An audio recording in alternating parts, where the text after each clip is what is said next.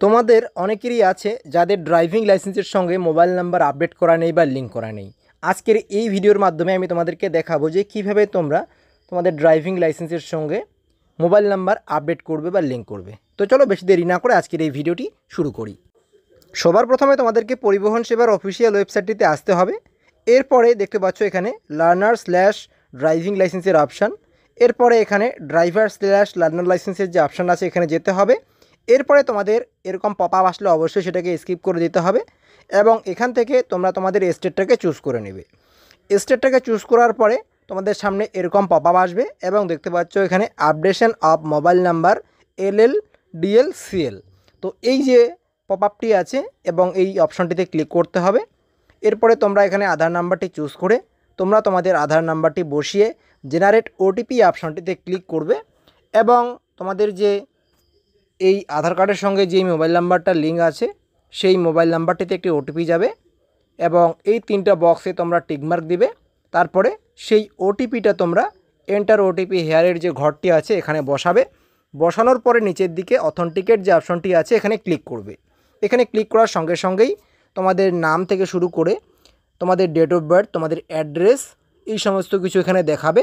অবশ্যই তোমরা একটু নিচের দিকে গিয়ে প্রসিড অপশনটিতে ক্লিক করবে এবং এখানে দেখতে পাচ্ছ এখানে ঠিক এরকমভাবে অপশান চলে এসেছে এবং এখানে তোমাদেরকে সিলেক্ট যে ক্রাইটেরিয়া অপশানটি আছে এখানে ক্লিক করতে হবে এবং এখানে তোমরা ড্রাইভিং লাইসেন্স অপশানটি চুজ করবে।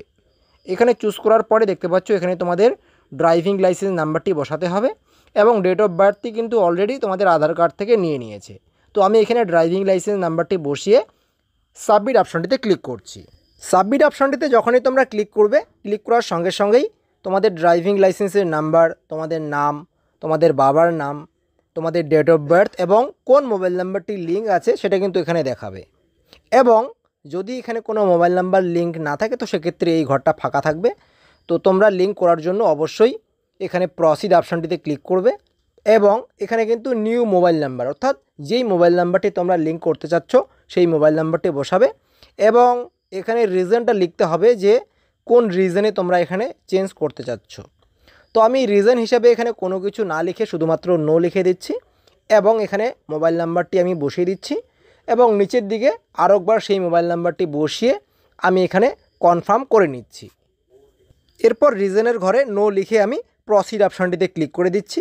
তো দেখতে পাচ্ছ যেই মোবাইল নাম্বারটা আমরা বসালাম সেই মোবাইল নাম্বারটিতে একটা ওটিপি যাবে এবং সেই ওটিপিটা এখানে বসিয়ে নিচের দিকে যে ভেরিফাই অপশানটি আছে এই ভেরিফাই অপশানটিতে ক্লিক করতে হবে এবং দেখতে পাচ্ছ এখানে কিন্তু ওটিপি ভেরিফাইড সাকসেসফুলি দেখাচ্ছে।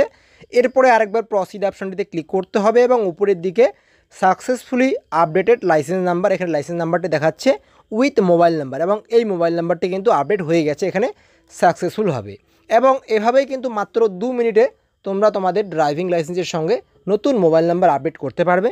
তো অবশ্যই ভিডিওটিতে লাইক দিয়ে তোমাদের বন্ধুদের সাথে অবশ্যই ভিডিওটি শেয়ার করবে আর এখনও পর্যন্ত যদি তোমরা এই চ্যানেলটিকে সাবস্ক্রাইব করে না থাকো অবশ্যই চ্যানেলটিকে সাবস্ক্রাইব করে সঙ্গে থাকবে। তো চলো আজকে এ পর্যন্তই, ধন্যবাদ।